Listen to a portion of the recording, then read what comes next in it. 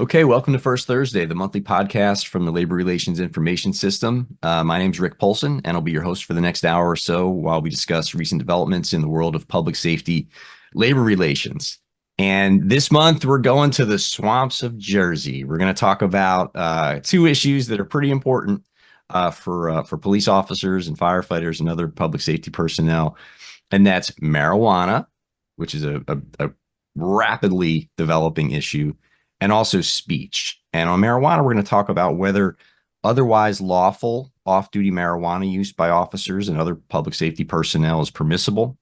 We're also going to discuss a pretty interesting speech case involving a police union president right there in the state of Jersey. And so, on the issue of marijuana, I'd say that the state that's taken probably the best approach to this issue is New Jersey, especially as it relates to police officers. And the speech case I mentioned, well, comes to us straight from a borough in New Jersey as well. And so to help us with our discussion this month, I needed an expert, right, in the field of public safety, labor relations in New Jersey. And I was able to nab one of the very best. So stick around. It should be a good one. Join First Thursday host Rick Poulson in Las Vegas for LRIS's Best Practices in Public Safety Discipline Seminar, held November 13th to the 15th. This seminar will address discipline issues regarding public safety agencies, labor organizations, human resources departments, and attorneys involved with police, fire, and corrections. You can register for this seminar and any others on our website, LRIS.com. We hope to see you there. Okay, welcome back. Our guest today is Michael Freeman. Mike's a police detective in his hometown of Summit, New Jersey, where he's worked since 1995. Mike has also served for many years and in many different capacities with the New Jersey State Police Benevolent Association, the NJSPBA. And since I think about May or June, May holds the position of Executive Vice President in the Jersey PBA.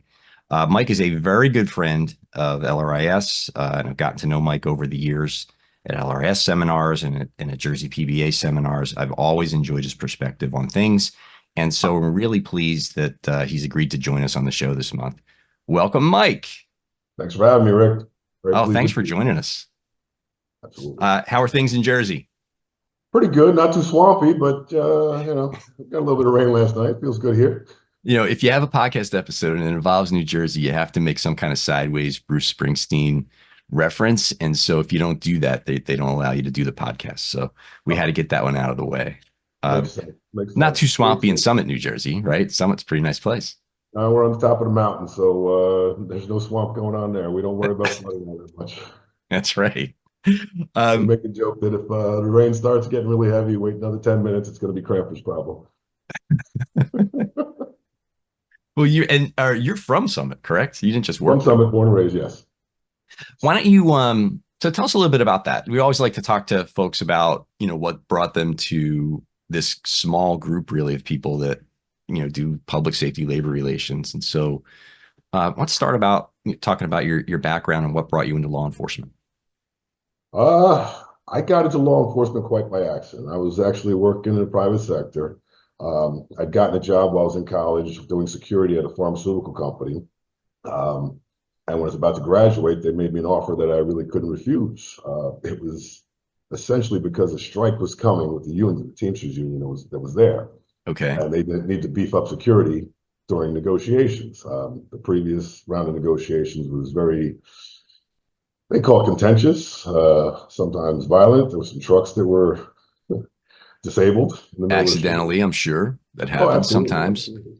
So I basically stood by a lot during these negotiations, and I escorted some people off the property and did whatever management wanted me to do for these bad union people who were trying to ruin everything. And several times I was able to stand outside the room talking to the shop steward there, and he's telling me all sorts of things, and I'm just listening at the time. But I started to see a pattern, and I started to realize these bad union people aren't that bad, and management's kind of taken advantage. As it goes on for a couple of years, I was kind of recruited to the Suffolk Police Department. I was fairly popular in some. I worked for the Board of Recreation. I was a football coach. I was a basketball coach. I ran the basketball program for men. I was all over town. Okay. And so the chief, who was the father of a friend of mine, asked, you should become a cop. I didn't want to be a cop. I didn't like cops. I had 11 points on my driver's license at the time. I drove a Mustang, drove very fast on the highways, Parkway, Turnpike, but never in town. Right. But I always got tickets. So it just, I wasn't a big fan of police officers at the time. But so he makes the offer. So what do you think? He makes the offer. What's the it was basically, I was making a lot of money in that job, and my brother-in-law basically asked me to go. He was an auxiliary in Summit. He wanted to become a police officer, and he asked me just, take the test with him, hang out, blah, blah, blah, it'll be fun.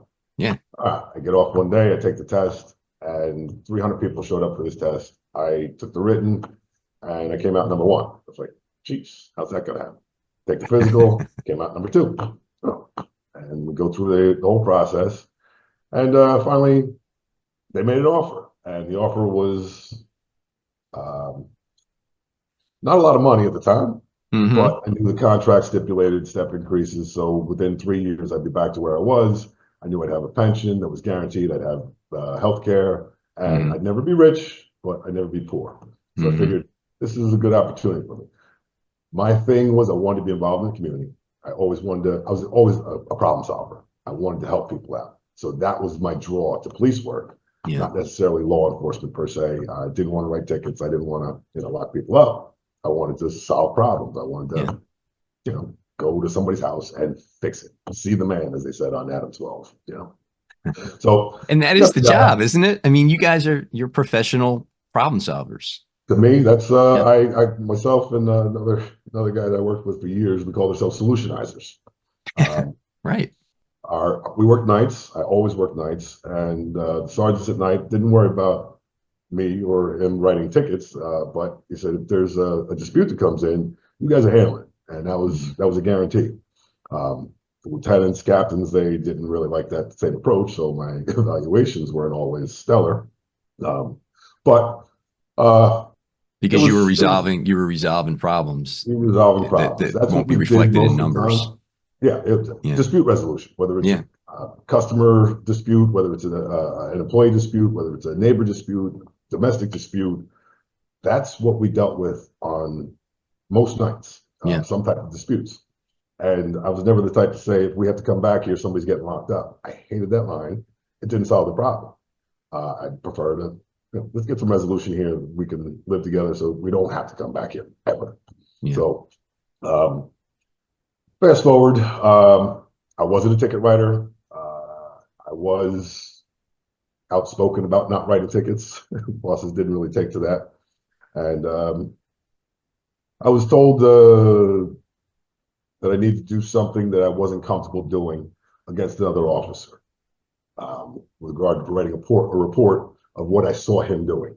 Okay. And I wrote the report, a minimal report of what I saw. I didn't go into great detail. He didn't ask for great detail. He basically accused me of lying. And I went to the delegate at the time. I said, he's telling me I'm lying. I'm not lying. This is what I saw, blah, blah, blah. He said, do you know this officer? Yes. Do you believe that you saw him? Yes, I did. Write down that you believe. Don't change your report in any way, shape, or form. All right, I did that. And the deputy at the time was livid that I didn't change the report. He threatened my job, obviously, because I was on probation, and this officer was protected by the PBA. He went through the whole thing. But I just couldn't see myself hurting this man for something that he had no control of. So that showed me that I wasn't a member of the PBA yet. We weren't able to get in until after we were off probation back then. But the delegate, Freddie Mundy, who's a great guy, became a mentor of mine. He showed me that caring for somebody that you don't have to care for and doing the right thing was something that was important. That affected me greatly. He's protecting and serving somebody that is not his member, that he has no obligation to, but he went out of his way to do that. And he went and had some words with the deputy and straightened him out, I guess. And that situation was dropped. I had another situation that was similar. Grew a beard. I have pseudofolliculitis barbae, and facial hair is not allowed in the rules and Right. regulations Right. unless you have a medical condition which precludes shaving. I provided that note, and they felt it wasn't for long term. So I was going to be fired for lying on my application. And told the delegate, this is what happened. He says, let me see your application. Let me get a look at it. Looked at my file. On my application is a photo of me having full facial hair. And he said, why didn't you shave back then? I said, I didn't have to shave. Hair doesn't grow on my face. It just grows around here. Mm-hmm. And he's presented that and went through the whole thing, and they dropped that one. And I realized that this guy is someone that thinks on his feet and is always prepared. I always wanted to be like that. So he's solving problems, right? Solving problems. Solving Absolutely. problems. Yeah. We were in negotiations at the time. It was 1997. We're at a meeting and we were talking about raises at the time. And the city had presented split raises. Mhm. I think we were going for 4% or 4.5%, whatever. It was 4.5%. But they wanted to do it 2.25% for the year. Sure. People in the meeting are not grasping the concept. So I explained that split raises in the end of the year will actually give us more money. Our salaries will be higher than if we'd gotten the 4.5% up front. Yes, we'll get less through the year, but we will have more. So next year it gets compounded and we have a higher start. People were dumbfounded by that. Right. Math, but all right, you know this stuff? Yes, I know this stuff. You're on negotiation. You're a new negotiator. That's right. Okay. Big mistake. You should have shut up. Absolutely. But we ended up going into negotiations. I'm sitting down with our attorney, who was very good, city's attorney, who was stellar, but they had a great relationship. The two of them had a great relationship. They were able to talk everything out. The city administrator at the time was a man named Regan Burkholder, and he was brilliant, absolutely brilliant. He was ruthless. He was cutthroat. He seemed to not have a heart, but he was smart. So you had to be on your P's and Q's when you're talking to him. And he told us that flat out. You want to beat me, you got to know what you're talking about. So we did our homework on everything. A little aside about Regan. We had a garbage truck. One of the guys working on the garbage truck was killed on a Thursday morning, struck by a car. Mm-hmm. And Regan pulled his paycheck back. We used to get our paychecks for Friday, Thursday afternoon, go cash it at the bank, 3 o'clock. And this is back in the 90s before direct deposit. Yeah. Long yeah. I am an old man. Yes. Yeah. So Regan went down to the DPW and pulled his paycheck out of the mail slot. And the rumor was Regan, he didn't finish the week, so he's not getting paid the full time. And this is the type of guy he is. And Regan heard that and just let it go. And for years, that's what people thought of him. I'd had a conversation after he'd retired, blah, blah, blah, and I mentioned it to him because we'd become friends, basically, after several rounds of negotiation for years. And he said, Mike, you know why I did that? I said, I have no idea, Regan. I can't believe you're that bold, that ruthless. He goes, because his wife would not have been able to cash that check. That I had to remake the check out to the estate. He said, I had to do that right away so that nothing happened to that woman. And I thought, this is a guy that he would never tell anybody that. He wanted to have that reputation. But he was thinking, always thinking. That's the level of mentors that I had with contract negotiations, with labor relations. And even if somebody you don't like, you can come to an understanding if you're willing to listen to what they have to say.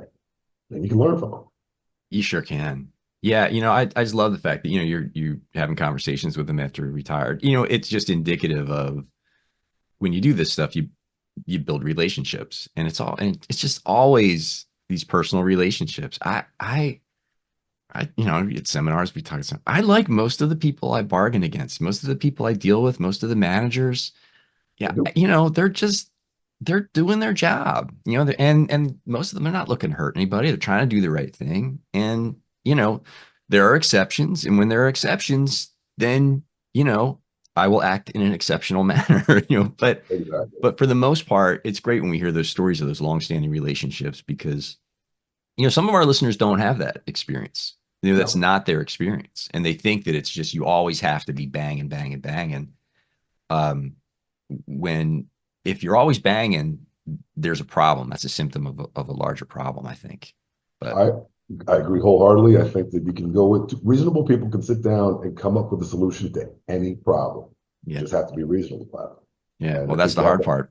yeah, Right? you have to respect the other side. Everybody thinks they're reasonable. I love, I talk about, well, there's a reasonable person standard. And you just think, well, every lunatic in world history has thought they were reasonable. Well, Yeah, when you're doing your homework on negotiations, whatever it is, I always teach that you want to find out from the beginning, before you sit down at the table, find out what their goals are. You know what your goals are. Find out what their goals are. yeah, And that's how you start the negotiation, for long sure. before you get to the table. If their goal is to control healthcare costs or whatever it may be, figure out how you can make that work for you, of course. So it's all about having that conversation and being able to trust the person. Yeah, And that's the one thing I've told every administrator I had and every chief I've had. I'm never going to lie to you. We're going to disagree, but I'm never going to lie to you. And I don't expect you to lie to me. And we can have a great relationship after that. It's all about respect. It's about trust. It has to be built every day. And once you betray that trust, that's when there become issues. You have to be able to yell at somebody. You have to be able to argue with somebody. You have to for be able sure. to tell somebody, you're wrong. You're absolutely wrong. But it's not because you don't like that person. It's because you're wrong because of these facts. And this is why. And Yep. I think that builds more trust. I know it And builds also more to be able to trust. say, I'm wrong. Sorry about that. Oh my goodness, right? There's nothing that builds that relationship more than, and I can think of many experiences where, in bargaining or in some aspect of the, day-to-day representation of groups, where I'm going to say to a manager or a management lawyer or something, say, oh, wait, you know what? I'm wrong. That was wrong. We need to correct that, or we made a mistake. We were wrong about that. Okay, let's deal with it. And you get this look of surprise, Yeah. oh, I can't believe he just admitted he was wrong. And you have to do that, I It think, happens. to I be a actually had a young credible. delegate talk to him last night. He called me. We were talking about a grievance that he wanted to file. And the grievance to me had no merit. And I Uh, explained to him, you're not going to file a frivolous grievance. Try to talk to the captain about it and see, what you can come up with. And the captain told him, basically, we have a policy against that. And the delegate said, I can't find that policy. I've been through Power DMS. Captain went into the computer, pulled out the policy, and he said, that's not available to us. That I searched that. I searched that exact thing, and he showed him on his phone. This is what comes up for that policy. And basically, he said, I'm sorry, I wouldn't have brought this up had I known this policy, but we have to figure out how it is that we don't have a copy of this policy. We don't yeah, have this version. It was a direct order that was issued 8 years ago. It's yeah. supposed to be in the Power DMS system. It wasn't there, or not accessible to the union or any of The the people people who who have to actually abide offer. by the policies. Exactly. But I think he gained a lot by having that conversation without, what he knew about. He was adamant, but once he found out there was different information, he accepted it. He apologized for Yeah. going off, and I think that goes a long way towards a good relationship for those two entities. I know. I mean, it does for me when management does that. There's nothing, a chief that's willing to admit that they're wrong and say, oh, I was wrong about that. I'm going to rescind that. Or an even smarter chief that says, I haven't implemented this yet. Union, why don't you take a look at this? Let me know what you think. Gives the union an opportunity, behind closed doors to say, well, I think that's wrong or that's not. And if a chief enters into it with, humility is like your best tool in labor Oh, relations or absolutely. probably in life, right? But when they can say, oh, you're right, let's make it better, then you're the chief that every time you roll something out, everybody's, just quiet. They just take it. It's great. Yep. But Well, here in Jersey, obviously, the law basically states that anytime there's a change in policy that affects the terms and conditions of employment, the union has to agree to it or has to be notified of it, and mhm. it's negotiable. If it's negotiable, they have to determine that. So a lot of places will do that, and they have a system for doing that. Some places refuse to do that. The chief feels he's all powerful and he can do what he needs to do, and it's always managerial prerogative to do these things. In my place in Summit, we've come to the point where my chief will call me up long in advance and say, this is the issue that we're facing. This is what I want to do. What do you think? And we can work on it together. The captain will do the same thing. Going Good back to chief. COVID, we had no idea what to do. And he was scrambling. He had no idea, obviously.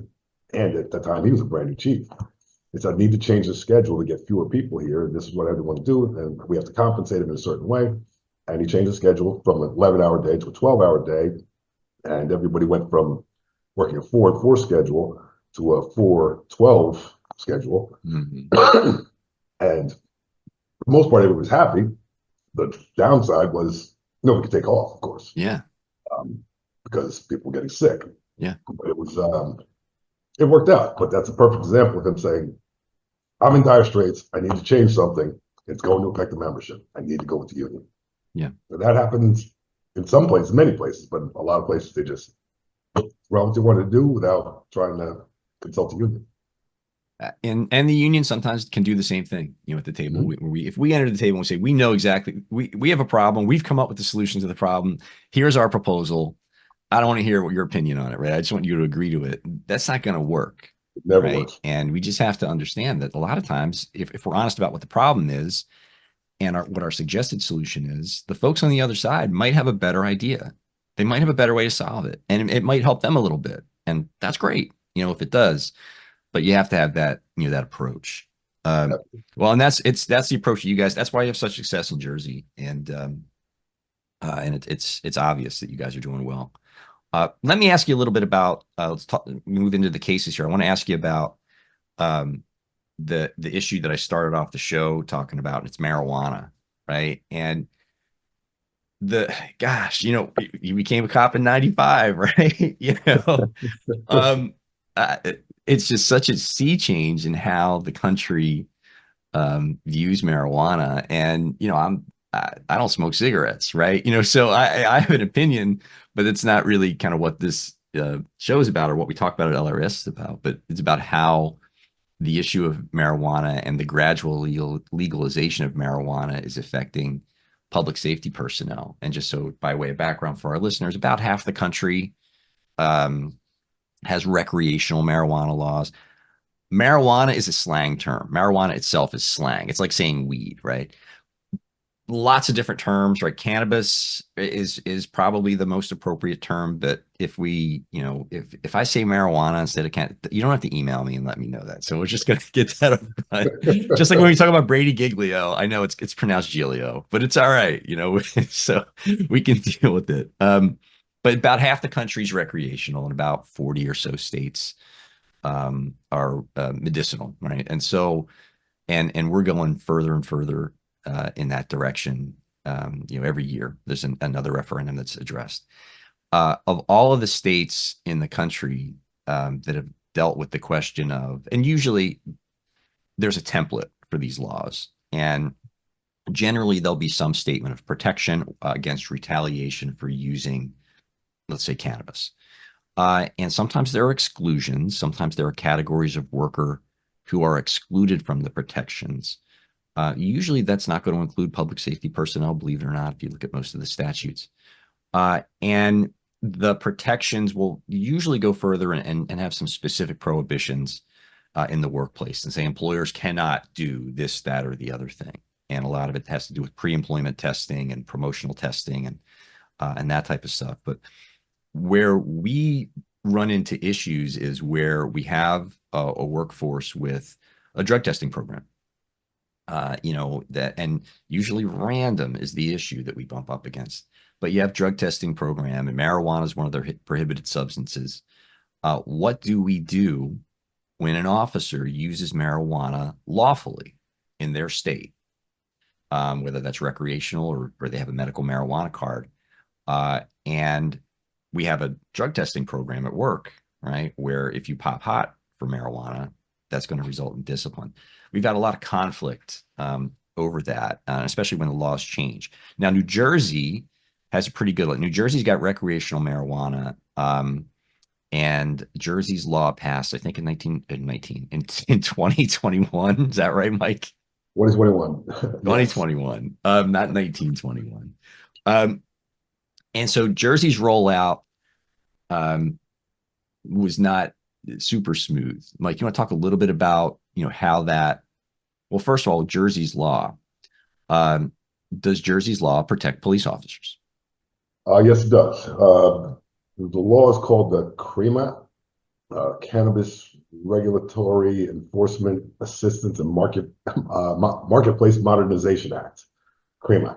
CREMA, great. I remember. Yeah. It goes into a distinction between cannabis and marijuana, strangely enough. Cannabis is purchased legally through a dispensary. Marijuana is all other cannabis, basically. You get it off the street. So they set up the dispensaries, they gave the licenses, and they set up how it would be taxed in individual municipalities. They set up everything so that we had medicinal marijuana, but they made it recreational if you purchased it over the age of 21 from these locations. Inside that act, they also said there shall be no adverse work action for employees who use recreational cannabis. Okay. That meant essentially, if you pop hot on a random drug test, the employer cannot do anything to you. There were some municipalities that were up in arms thinking that they can't allow police officers specifically to smoke cannabis or ingest cannabis in any way because it would affect their jobs. Number one, it would affect their insurance, their liability, because if it comes up on a drug test, if there's an accident or there's a shooting, and we take that drug test, and it was there, then they're liable for having this employee that was using at some point cannabis. Others took the position that police officers carry firearms. Police officers are given these firearms by the municipality. Police officers are provided with ammunition by the municipality, and that the federal regulations don't allow habitual drug users to carry firearms. Right. You're a marijuana user and you got a gun or ammunition. You're arguably, you've committed a federal crime. We'll talk about that a little later. Yes. So basically what the law also said is that obviously any intoxication or impairment while on duty is subject to discipline. That's a for cause test that's separate. These drug recognition experts were essentially supposedly set up for recognizing these and testing any officer suspected of using cannabis while on duty or being impaired while on duty. So all the safeguards were in place to make sure that if you were at home and you were smoking the night before when you come into work the next day, you're sober, obviously. The problem was there's no test that could say what your impairment level was. Right. In like an alcohol test or a breathalyzer for alcohol. So it was just a simple urine test or a blood test, and it was present in your system. And because the half-life of the THC, it could stay in your system for an extended period of time. Right. Anecdotally, they say up to 30 days, but that's only happened, I believe, in one case that they found somewhere. That depends on how fat you are and what color your hair is. And there's all kinds of problems with THC levels. And I think the consensus is you just can't, you pop hot on a marijuana test. That has no bearing on whether or not you were impaired when you were tested. It just doesn't. I think more importantly, we are trained observers. We know when somebody's impaired. If somebody shows up to work impaired, obviously the other police officers are going to notice it. Supervisors are going to notice it. And the reality is no police officer wants somebody that's impaired in any way backing them up. Right. So that's something that has to be dealt with. And Jersey's law is pretty clear about that. If you're, if you just pop hot on a random, at least as I understand the Attorney General's guidance and as I would read the law, if you just pop hot on a random and you're disciplined as a result of that, that would place the employer in violation of Jersey's law. If you pop hot, if there's reasonable suspicion, Absolutely. right, and you pop hot on a marijuana test, well, that's a different story. And in fact, you should be You should be disciplined if that's the case. suspended, fired, whatever it may be. You're not. Whatever's negotiated.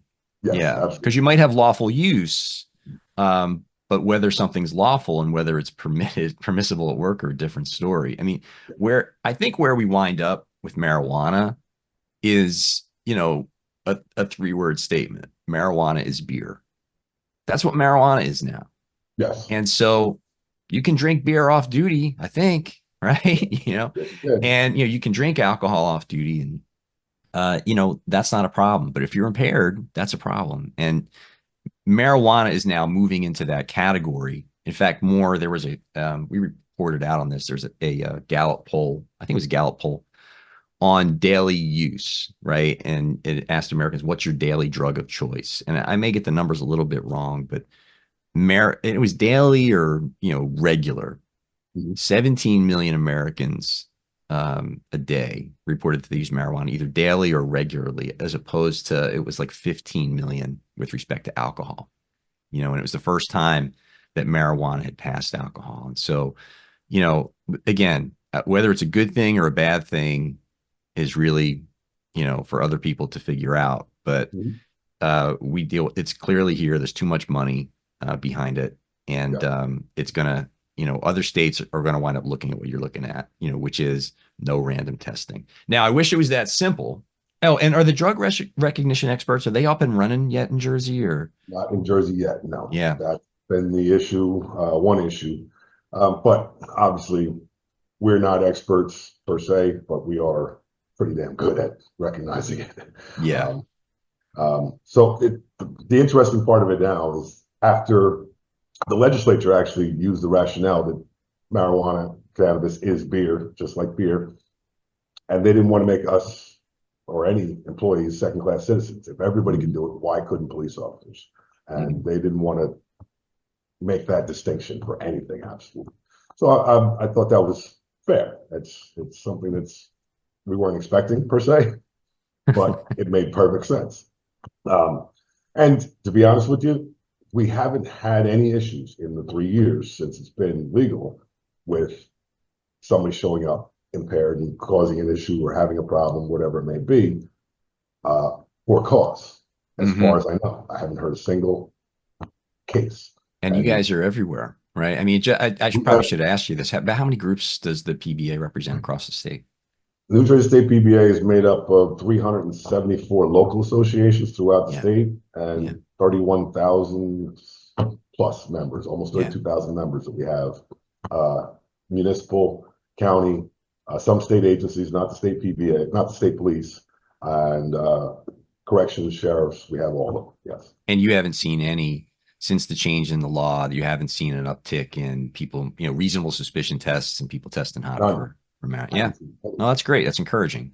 Let me ask you about the flip side though. Have you had people test hot for randoms and interestingly enough, it was removed from the screening after our attorney general came out and basically interpreted the rule, interpreted the law. He made a rule stating that this is not appropriate, that we don't need it on the screening. So we still have randoms, but whether or not you're using cannabis, it will not be detected because they don't screen for it anymore. It shouldn't come up at all. Yeah. Notwithstanding that, have you had any departments where they've attempted to discipline officers? Yes, of course. We had one department that tried, basically. Essentially, they were just in the process of suspending someone. She was still getting paid, and they were figuring out what they could do. Interestingly enough, it was the attorney for Jersey City we can talk about that also represented this municipality and was going full bore at this employee. Oh, he represented the municipality? Yes. Okay. So I gave up on him. And I basically advised the local to let the chief know that we felt this was official misconduct, and how that was handled would be he's going purposely and knowingly violating a law in order to harm this employee. And I think the chief heard that, and the chief recognized that this is something that's a political football at this point. Yeah. He probably didn't want to get involved in that, and he wanted to wait, and he did nothing at the time, and it went away, completely went away. Yeah, there you go.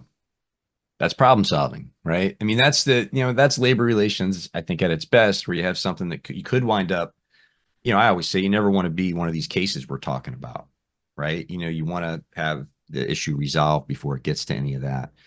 And it's good that you've done that. But I do want to talk, let's talk about Jersey City since we mentioned it.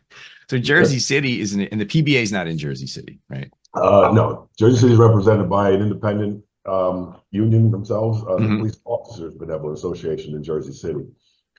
Very powerful, very influential, and they take care of their members very well.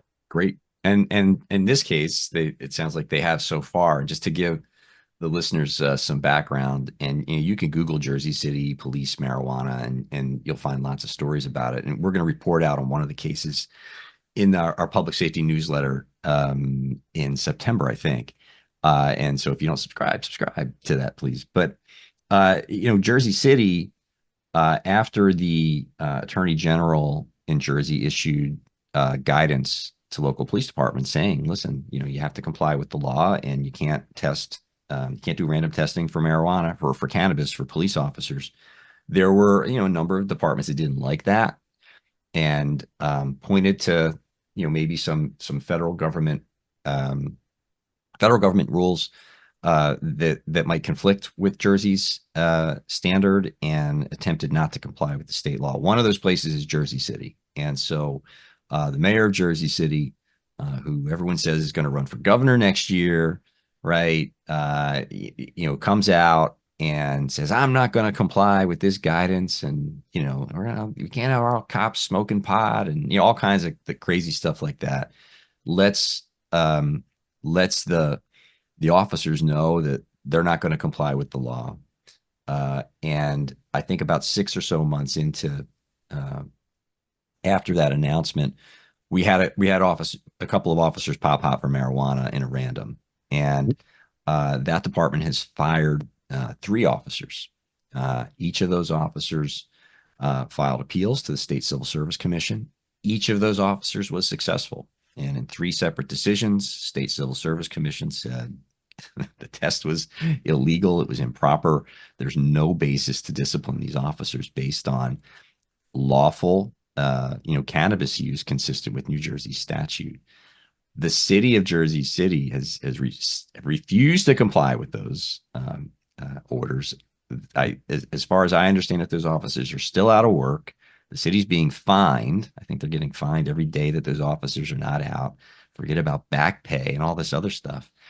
And the city sued in federal court, basically to allege that Jersey's statutory scheme was preempted, and that federal standards governing marijuana and marijuana use by gun owners should govern. Those arguments, they raised those arguments in the state case unsuccessfully, and they attempted to raise them in federal court. And just last month, the court issued a decision refusing to do that. And so refusing to take the case, the court didn't dismiss it altogether, said we're going to hang on to it, keep an eye on things, but we're not going to step on New Jersey's determinations regarding whether their state law is preempted or not. And so, we got a situation here where an employer is just refusing to comply with the law. The police department, by the way, is supposed to enforce the law, refusing to comply for whatever reasons. There was a new lawsuit, I think, filed last week alleging that the mayor is doing it for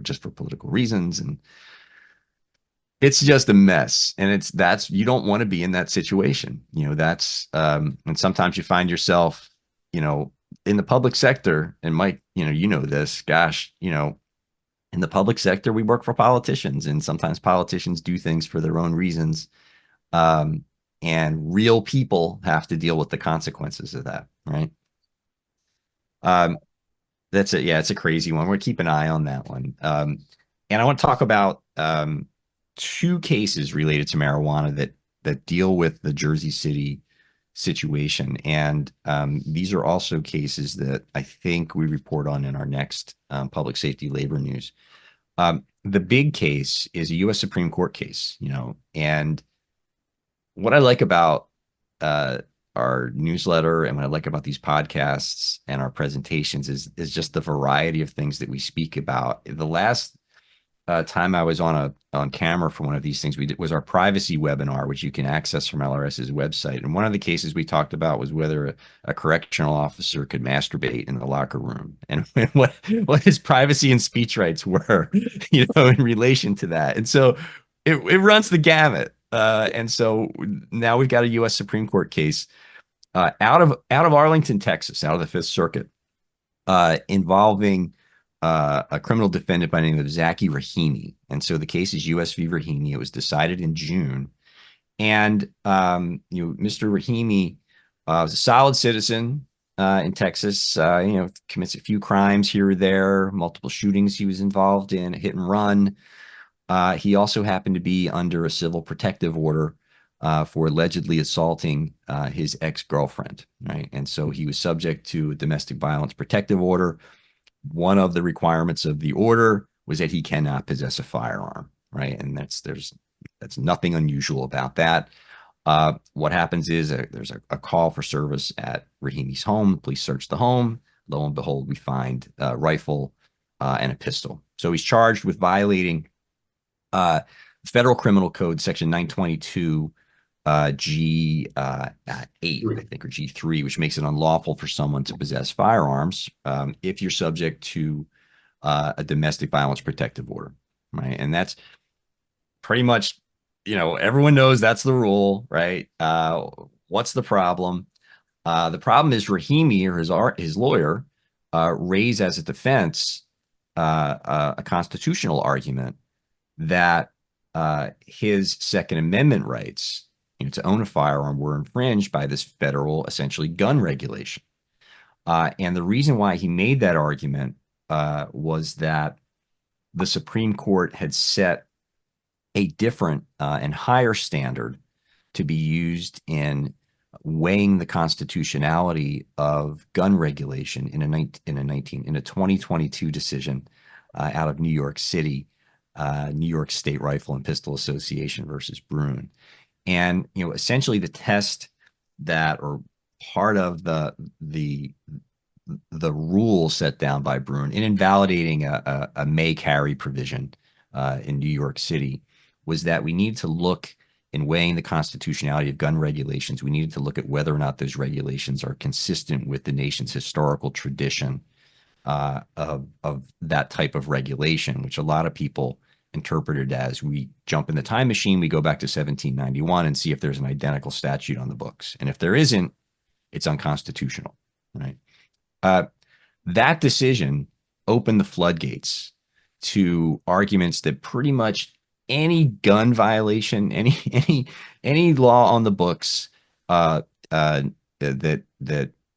criminalized the possession of a firearm under any circumstance was subject to constitutional challenge, right? You're a criminal defendant. You're a defense attorney. You're making any argument you can possibly make to keep your guy out of jail, right? And so these arguments generally come up in those contexts. Rahimi was one of them. Rahimi was successful. He won in the Fifth Circuit. And the Fifth Circuit said that the gun regulation had been on the books forever, prohibiting gun possession by a domestic abuser, alleged, was unconstitutional. The U.S. Supreme Court took the case.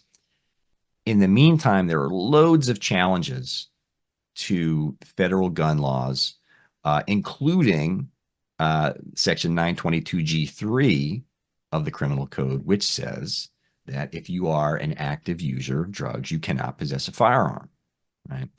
That's what police agencies had been pointing to for years as we saw marijuana legalized across the country. It was kind of easy for police departments because they say, well, it's a federal crime to have a gun if you're a marijuana user. And so we don't have to deal with any of these thorny questions. Well, arguably now you do if that section is unconstitutional.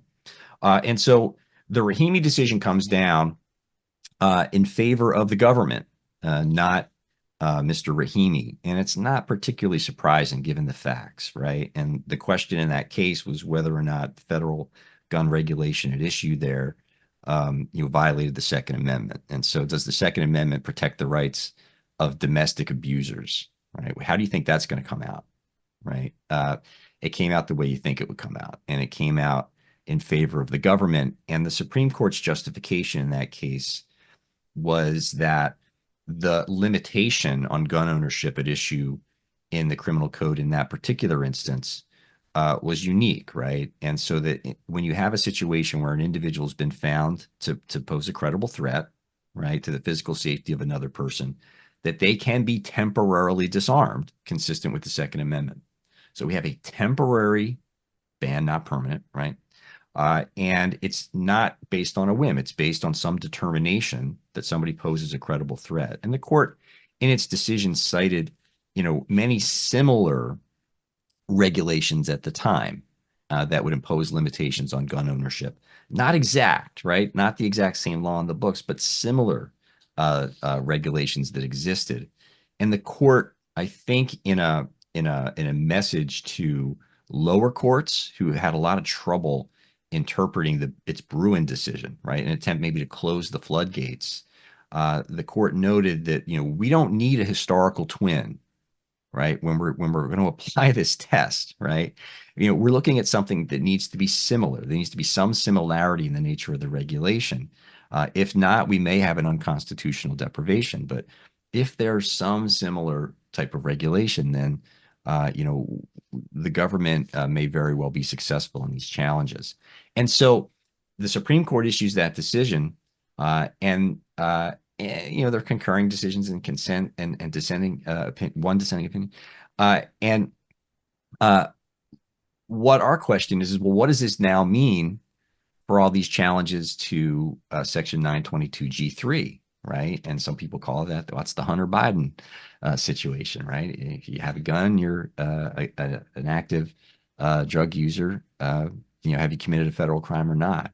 And we had cases, federal cases coming out of the Fifth Circuit, the Eighth Circuit, Third Circuit, where I am, in which people had either criminal defendants had challenged the constitutionality of that section, or in a case filed in Pennsylvania earlier this year, a former district attorney who had a medical marijuana card in Pennsylvania sued, to say, hey, I can't get, or I'm sorry, he wanted a medical marijuana card, excuse me. I can't get a card because that'd be a federal crime, arguably. And I think that this prohibition is unconstitutional. And so lots of cases that are pending out there. What the court did immediately after the decision was it remanded a number of decisions back to the circuit courts to revisit their prior decisions in light of its guidance in Rahimi. And there was a decision issued just, we're recording this on August 29th. And so on August 28th, just yesterday, the Fifth Circuit issued an opinion in a case that was pending in U.S. v. Connelly. And this is the first decision that we've seen from a circuit court in the wake of Rahimi that deals with this question of, drug use, marijuana use specifically, and gun ownership, and whether that's a federal crime or not. U.S. v. Connelly, Fifth Circuit case, it's case number 23-5312, issued August 28th of 2024. In that case, it involved Paula Connelly. She's a marijuana user. The decision calls her a nonviolent marijuana user. If I read that term, I already know who wins, by the way. But she's a nonviolent marijuana user. She was charged by El Paso, Texas police. So it's another Fifth Circuit case, right? Responded to a shots fired call at the home. Her husband actually was the one firing a gun. He was firing a shotgun at the neighbor's door. I don't know what was going on with that, but sounds like a solid citizen. Paula, while police were there, admitted to occasionally using marijuana. They had marijuana, they had drug paraphernalia, and there were several firearms in the home, including Paula's firearm. So Paula's charged with violating Federal Criminal Code 922G3 for possessing a firearm as an unlawful user of a controlled substance in Texas. And Paula, Ms. Connelly, challenged the constitutionality of that provision as part of her defense. Initially, she was unsuccessful, but she appealed to the Fifth Circuit Court of Appeals, and the court sided with Ms. Connelly, even after Rahimi, right? The Fifth Circuit said that, while historical, traditional regulations may support some limits on an intoxicated person's right to carry a weapon, that doesn't apply to a sober person, right? Even based on prior substance use. And that's what proponents of these regulations primarily have used to defend that, to say, well, we've always had laws in the book saying an intoxicated person can't carry a gun. That's what this is. And in Connelly, the Fifth Circuit is saying, no, that's not accurate. We're not talking about an intoxicated person. We're talking about in this particular case, a sober person who has admitted to drug use, has admitted to marijuana use, but there's no indication that that person was intoxicated. In fact, the records that the person was not intoxicated in this particular case. And so it's different, right? So, what the court did was, indicate that was basically hold Section 922G3 unconstitutional as applied to Ms. Connelly in that case. The court did opine that, there could be situations, where if, for instance, 922G3 applied to people who were temporarily intoxicated, right? So if you're intoxicated and you possess a gun or ammunition, okay, that could work. But this permanent ban just for someone who is essentially admitted to using marijuana is not going to work. Great quote from the decision. The short of it is that our history and tradition may support some limits on a presently intoxicated person's right to carry a weapon, but they do not support disarming a sober person based solely on past substance usage.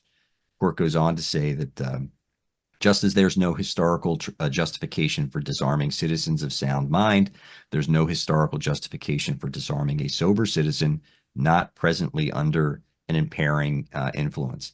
And, Mike, remember when I said marijuana is beer? Well, here's the court rings in on that. And the court says, quote, alcohol is the closest comparator, right, and historical analog available. And there's no federal law that limits the Second Amendment rights of people who occasionally drink alcohol. Quote from the decision. Perhaps the government could succeed if it were able to demonstrate that the drugs Paula used were so powerful that they rendered her permanently impaired, in a way that comparable to severe mental illness or something. It also might succeed if it were able to demonstrate that Paula's drug use was so regular and heavy that it rendered her continually impaired. But none of that was on the record here. And so the court left the door open for some type of regulation, but this is, the first post-Rahimi decision that is decided the way that I think it probably should be decided. And I've been talking about at LRIS seminars. If you're going to rely on the federal prohibition against marijuana use and gun ownership to deprive a police officer of the same rights as any other citizen has, I think you're going to fall short, there. And so that's up to the minute stuff with marijuana. Mike, thanks for your opinions, and your experiences in marijuana on this one. It helped us to understand it. But before you go, there's one more case I want to ask you about. Because I said we were going to talk about speech. And this is going to take us to the borough of Bergenfield, because we had a recent decision issued there, I think involving the PBA, right? A PBA president in Bergenfield Borough. That's a NJS PBA local. Is that right, Mike? PBA local. All right. So let me give you the summary. Tell the folks a little bit about what the case is, and then if you don't mind, I want to ask you your impressions about what was going on here. And this case is Tortora versus Borough of Bergenfield. Comes out of New Jersey. It was decided July 12th of 2024. And it involves Dave Tortora. Mike, I'd imagine you know Dave. I know Dave very well. Oh, there we go. Okay, so Dave Tortora is a detective in the Bergenfield Police Department. He also has served as the president of the local PBA, right? So since 2018, he served as PBA president. Between 2017 and 2022, the parties were involved in contract negotiations, and they were difficult negotiations, and there was some related litigation related to those. But so suffice it to say for the listeners, Dave Tortora was flying the flag for the union during a period of time where relationship between the department and the union were not strong. In August of 2018, Tortora speaks at a public meeting, goes to a council meeting, right? He introduces himself as PBA president.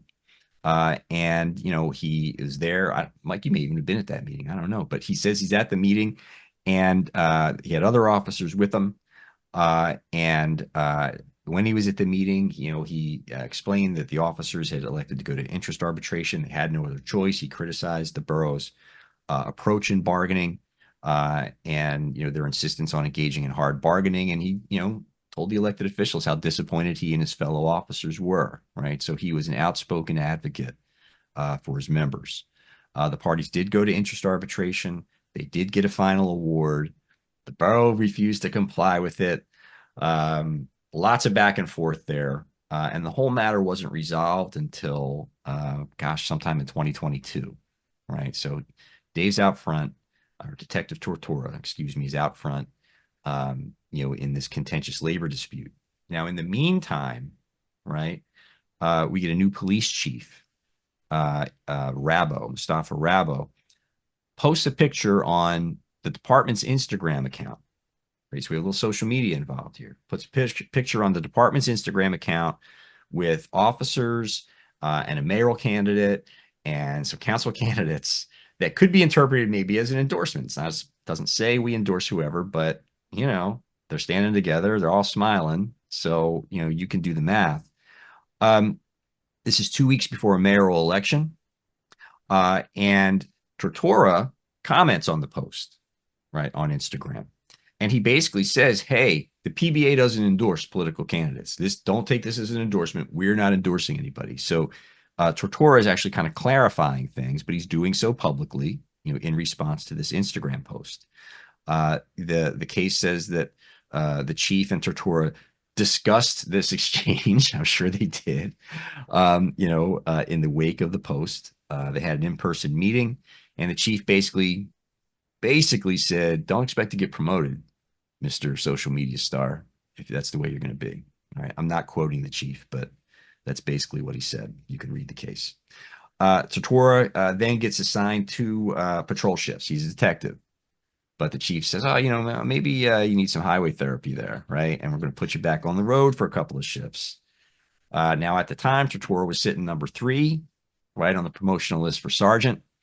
There are promotions. He moves up, and he's right at the top, right? He's sitting at number 2, I think, after somebody leaves. And what does the department do?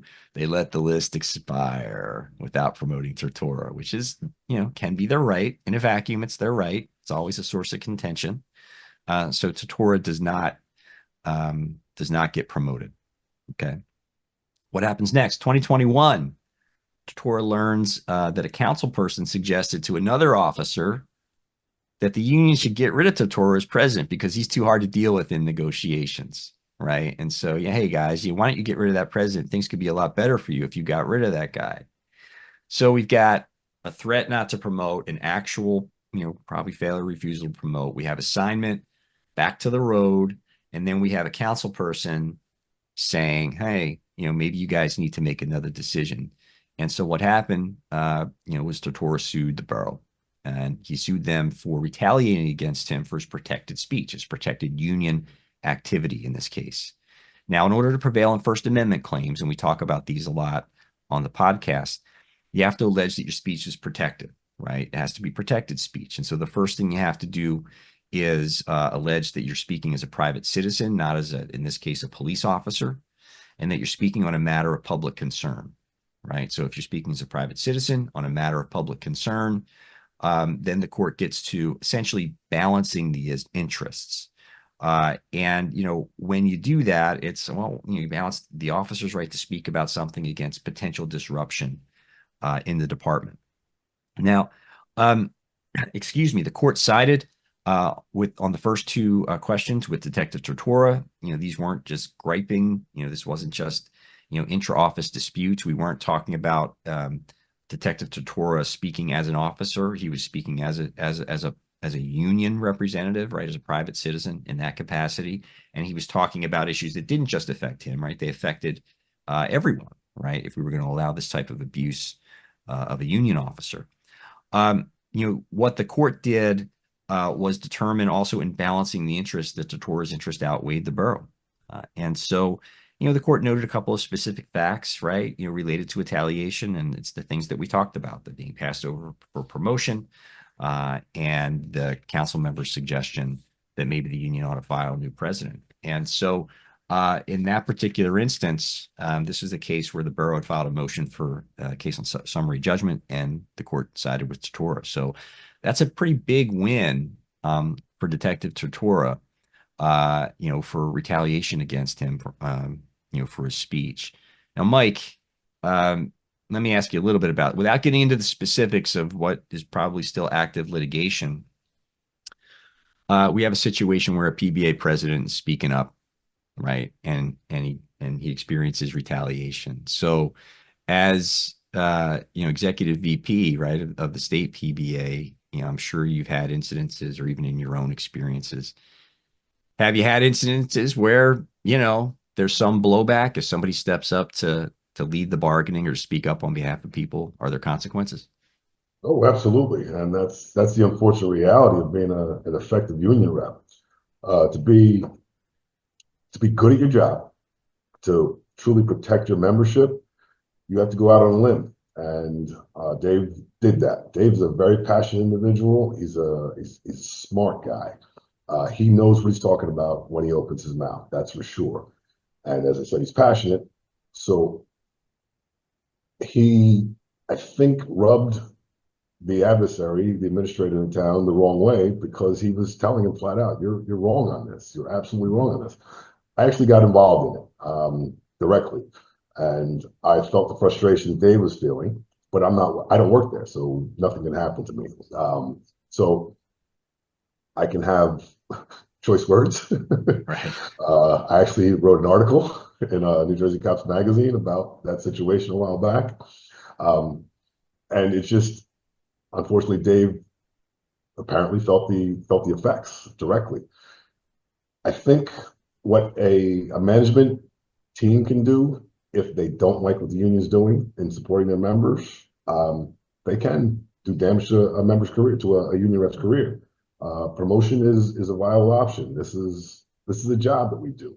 You get in and you can do your part as a union rep, but if you decide you want to go get promoted to sergeant, lieutenant, captain, chief, whatever it may be, Dave's a bright guy. He can do that. He should be able to do that. He tested well. And he, unfortunately, in that situation, New Jersey is divided in civil service jurisdictions and non-civil service jurisdictions. Mm-hmm. With the non-civil service jurisdictions, they're called chief's town, so to speak. The chief will administer a test, and based on certain criteria that has to be announced, the chief will decide what that testing procedure is, what the scores need to be, and what is good. And once they announce what it is, they can't change it. That's the only limitation. So you go through the process, and they can still finagle how they want to promote. Sure. In civil service, they do have a rule of three, but you have to give a reason as to why you skip somebody in the top three. In the chief's town, you don't have to give a reason. You just put this person up above based on the score that you want to give. And Dave didn't even have to suffer that. He was number two there. Yeah. They didn't want to do that. Didn't want to promote him, I guess. And they did away with the list altogether. That's amazing. I think very often what we're faced with is this type of intimidation against a union rep that is effective affects the union as a whole. It puts a damper on all negotiations. It puts a damper on good labor relations.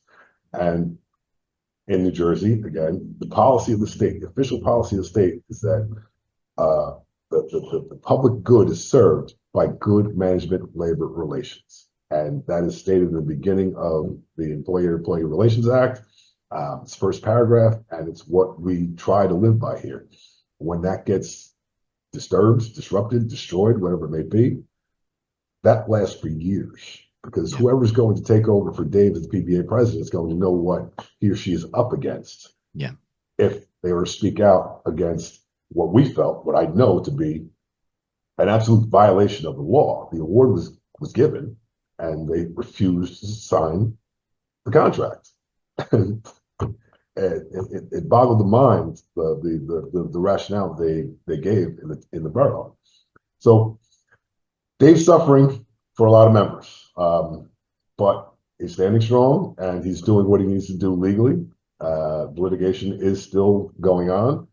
I believe, I'm not an attorney, I'm a union rep, I'm an advocate for my membership. Dave is a member of the state PBA, so I will always advocate for him. And I believe he will prevail because he is right here. The particulars of the case are, it's disheartening. And to know that that's happening in a lot of other jurisdictions, a lot of our agencies, it kind of weakens our position as a union to be able to speak for our members. And that's why we as a state organization get involved in certain things like that. That's why you have to do it. Absolutely. Right. And I am a lawyer, right? And I read the decision, and it's a really good decision. And, you know, my sense would be probably be in that borough's best interest to try to resolve that thing. But unless they want to make more good law that we can use for police officers to defend themselves. But, you know, when we started our conversation, this makes me think of how we started our conversation, which is, you know, you're solving problems, right? You know, you're a problem solver, and you do it as a patrol officer, you do it as a detective, you do it as a union rep. And this case here, these facts, that indicates some larger problem, right? And, you know, I think that managers sometimes fail to see or forget that this is a long-term game. You know, I mean, this isn't labor relations. This ain't Coke suing Pepsi, you know, or this isn't some litigation you fell down at a grocery store and you're going to sue them and you're never going to deal with them again. You got to deal with each other. And, you know, when an employer takes really aggressive positions like this, you know, if they don't think that, you know, the group's going to remember that, you know, then they're wrong. I mean, I suppose you could break the union. You know, I guess that's again, let me break the union, but that's going to be really hard to do. And even if you do that, that's going to cost you money in the long run too. But, you know, it's always in both parties' best interest to just try to avoid this foolishness. But I'm really pleased that you guys were able to back your member, and that he's had some success in court so far. And hopefully that's the goal here, right? And you talk about a case like this is maybe there's an employer where they're going to say, oh, you know what? Yeah, there's other ways. You know, the best way for that employer to get whatever they wanted to achieve in those negotiations is to sit down and treat people with respect. And I felt a bit responsible because Dave at the Bergenfield Borough, the executive board, they've been coming regularly to the New Jersey collective negotiations seminar, which you've had the great seminar, pleasure, I would hope, of attending and presenting. We have attorneys from all over the state doing what they do, teaching our members.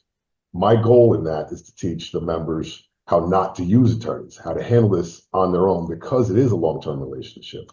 Mm-hmm. If you are an employee as a police officer, you're looking at 25 to 30 years you're involved with that employer. So what happens today is going to still affect you 15, 20 years down the road. So it's in your best interest to make sure that it's a good place to work. And if it is a good place to work, you're going to be happy. If your morale is up, if everyone's morale is up, that helps the community. If you can solve the problems inside the police department and with the administration, that is good for everybody. This case in particular was it was frustrating because what we recognized was the arbitration award gave some increment payments basically to people who were waiting for the contract to be signed. Mm-hmm. And the amount of money that was going to be spent for those increment payments was far less than the amount of money spent on the attorney to not pay these increment payments. Right. And that's what really got Dave upset. You are choosing to not pay the same amount of money or less money just to mess with us. And it was a power struggle. And I think because that happened, it's just, it ruined the relationship for a long time. It's going to take a while to rebuild it too. And it's going to cost the employer, you know, like I see, I get to work with a lot of groups in a lot of places. And if I sit down with a new group and first thing I do is I open the contract. And if I see a contract that's got lots of restrictions, right? We're talking about promotions and maybe it's a state where we can bargain over promotions. Some contracts are completely silent on that. Some, will reflect the tremendous discretion that employers have, even in civil service systems to promote. Some are really detailed, and management's really limited. I know as soon as I read that, I said, oh, there was a bad chief here 15 years ago, right? Absolutely. That language is there for a reason. And so what you're going to wind up with in that contract is going to be something that will, be the tail of this dog, whether it's something related to promotions, there'll be some other benefit or some other restriction on management that's there because they attempted to screw with somebody, right? In a way that's not appropriate. So, hey, I hope he's able to be successful and the group is too. Well, Mike, thank you so much. Thank you so much for being with us today. Really appreciate it. I really appreciate you having me. This is a good time, and I love your podcast. Obviously, I love everything the LRIS does. I'm always going to be involved. Awesome. Thanks a million, man. I'll see you at the next seminar. And listeners, thank you for hanging in here with us, and we'll see you next month. Thanks. Take care.